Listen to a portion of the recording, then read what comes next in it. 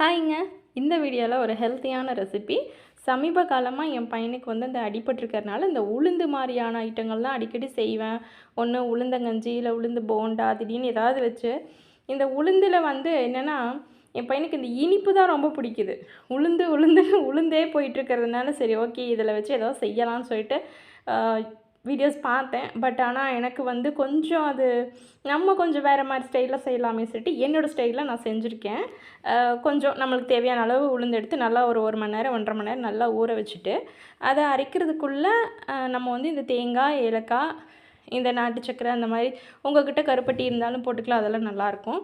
சரி இது நம்ம வந்து குட்டி குட்டியாக அந்த சொய்யா மாதிரி சொல்லுவோம் இல்லையா, அந்த மாதிரி போட்டு எடுக்கலாம் அப்படின்ட்டு.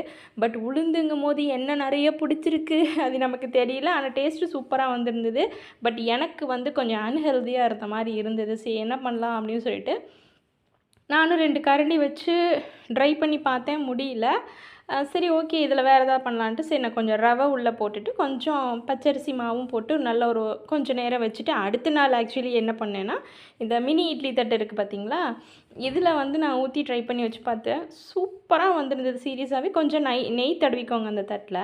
நம்ம நார்மல் இட்லினா ரொம்ப பெருசாக இருக்கும், மூஞ்சில் அடித்த மாதிரி இருக்குமேன்ட்டு மினி இட்லியில் ஊற்றி கொடுத்தேன். செமையாக வந்திருந்தது.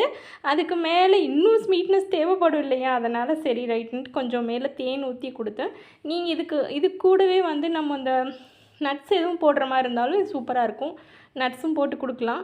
இது அடுத்த தடவை செய்யும்போது காரம் இல்லாமல் இனிப்பு இல்லாமல் காரம் செய்யலான்ட்டு இருக்கேன். நீங்களும் ட்ரை பண்ணி பாருங்கள். வீடியோ பிடிச்சா சப்ஸ்கிரைப்